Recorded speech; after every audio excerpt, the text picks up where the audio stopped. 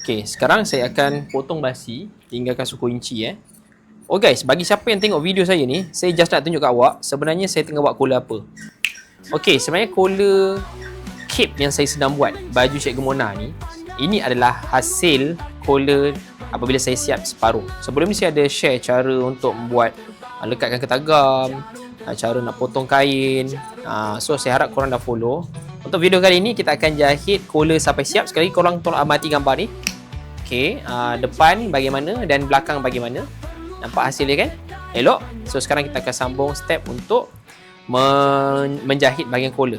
Kalau korang nak belajar, teruskan follow. So dah nampak bentuk dia? Cadangan-cadangan untuk memberi efek yang lebih cantik.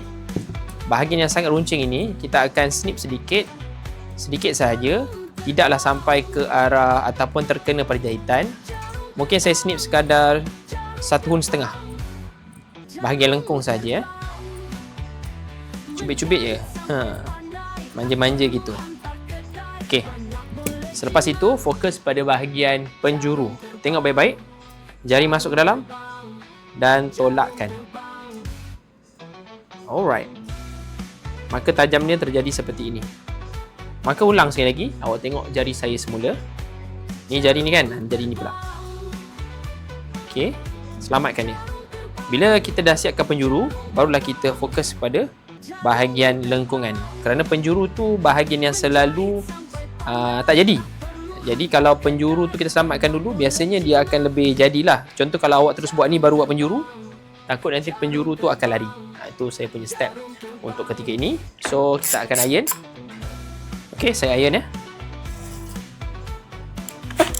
Alright, macam ni lah. Nanti kita akan potong basi dia pula. Bentuk dah siap macam ni ya. Kita letak kayu, kita serapkan haba yang ada pada fabrik pergi ke kayu supaya dia flat. Okey, tengok hasil dia, belum siap lagi. Tapi dah nampakkan bentuk dia kan. Macam ni. Okey. So kita akan iron keseluruhan.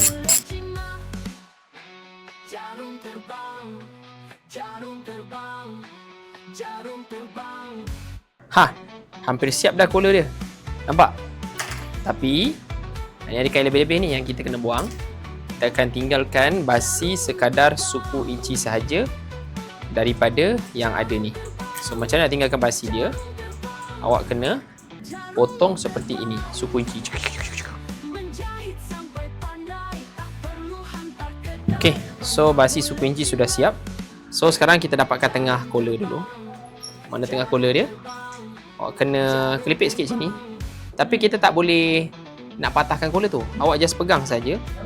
Kemudian awak snipkan sikit tengah dia macam ni. Alright. Okey, kemudian kita akan marking sikit. Alright, nampak? Siap. Di next video, kalau awak nak belajar lebih banyak lagi tentang jahitan, so tekan butang follow di tepi ini. Saya ada kerja sikit. Kita jumpa di video seterusnya. Assalamualaikum.